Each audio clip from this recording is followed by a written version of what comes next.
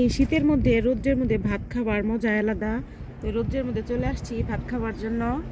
এখানে আমি গরম গরম ডিম ভাজি নিয়ে আসছি, গরম আলু ভর্তা, এটা হচ্ছে পাঙ্গাস মাছ, এটা হচ্ছে কালকের তরকারি টমেটো দিয়ে, এটা হচ্ছে গুলশা মাছ সিম দিয়ে রান্না করছিলাম। এখন মজা করে খাবো। তো এটা শুধু শীতের মধ্যে ভালো লাগে রৌদ্রের মধ্যে বসে থাকতে। তো আমার মতো কে কে তোমরা এই রৌদ্রের মধ্যে খাবার খেতে পছন্দ করো অবশ্যই কমেন্ট করে জানাবা।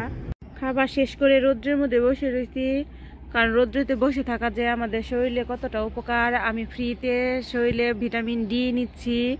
তো যারা চাকরি করেন আসলে তারা এই সকালে এই রোদটা নিতে পারেন না। আসলে রৌদ্রে থাকা আমাদের শরীরে অনেকটা উপকার। তো রৌদ্রে বসে থাকলে মনে হয় না শীতের মধ্যে যে রৌদ্রে থেকে উঠি কোনো কাজ করতেও মন চায় না। তো এখন কিছু কাজ করব, কয়েকগুলো কাপড় চোপড় ভিজিয়ে রাখছি, ওগুলো আমি এখন ধুবো।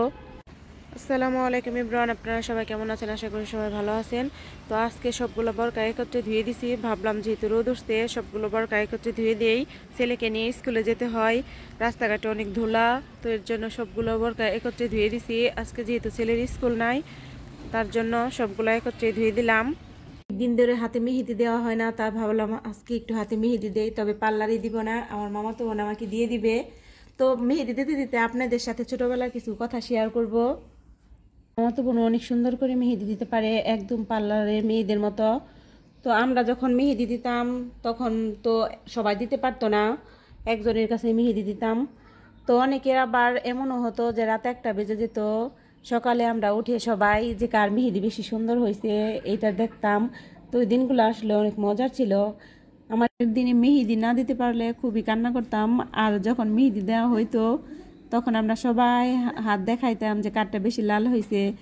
আবার আমরা অনেক দিন সাবান দিতাম না হাতের মধ্যে যে মেহেদিটা উঠে যাবে এর জন্য। আসলে আগের দিনগুলো যে কত মিস করি, আর এখন তো মনে করেন যে মেহেদি দেওয়াই হয় না। আমরা যখন ঈদের মধ্যে মেহেদি দিতাম তো আমাদের হাতের মধ্যে অবশ্যই ঈদ মোবারক লেখা থাকতে হবে, এরকম করতাম। এখন তো ওই রকম করে দেওয়া হয় না, এখন সব লাপানি ডিজাইনটাই খুঁজে। আর সবাই আগে এরকমভাবে মেহেদি দিতেও পারতো না, এখন তো কম বেশি আমরা সবাই পারি। তো আমার এই মামাতো বোনটাও খুব সুন্দর করে মেহেদি দিতে পারে। তো আগে একজনের কাছে গিয়েছিল মেহেদি দেওয়ার জন্য, সে ভালো করে দেয় নাই, এর জন্য জিদ করে ও অনেক সুন্দর করে মেহেদি দেওয়া শিখছে। দেখেন মেহেদি দেওয়াটা আসলে অনেক সুন্দর হয়েছে, যে কাছ থেকে দেখানো হচ্ছে। তো সম্পূর্ণটাও দেখাবো। এখন মেহেদি দেওয়ার কথা মনেই থাকে না, তো বাচ্চাদের নিয়ে ব্যস্ত থাকি, ঈদের মধ্যে সকালে কি রান্না করব এগুলা নিয়ে ব্যস্ত থাকি। আসলে মানুষের মন একরকম থাকে না। তো অনেক কিছু শেয়ার করলাম আপনাদের সাথে। ছোটবেলা ছোট ছিলাম তো সবার আগে মাকে বলতাম আমাকে মেহেদি কিনে দিবা, তারপরে জামা জুতা দিবা। তো এখন কত বছর হয়েছে হাতে মেহেদি দিই না। আসলে আগের দিনটা অনেক ভালো ছিল। আগে আমি একটা মেহেদি দিতাম না, আমার 2টা মেহেদি কিনে দিতে বলতাম, 2 হাত সম্পূর্ণ দিতাম। তো সত্যি কথা আগের দিনগুলো অনেক ভালো ছিল, আগের দিনগুলো অনেক মিস করি। মেহেদি দিতেছি আর দেখেন আমার পাশে কত লোক, এগুলো হচ্ছে সব আমার দর্শক, মেহেদি দেয়া দেখতেছে। তোমার নাম বলো? আমার নাম তামসিন আক্তার দোলা। আমার নাম তাসনিম আক্তার ইবা। আমার নাম ইসরাত। হ্যাঁ, আমরা সবাই নাফিজের সাথে লেখাপড়া করে।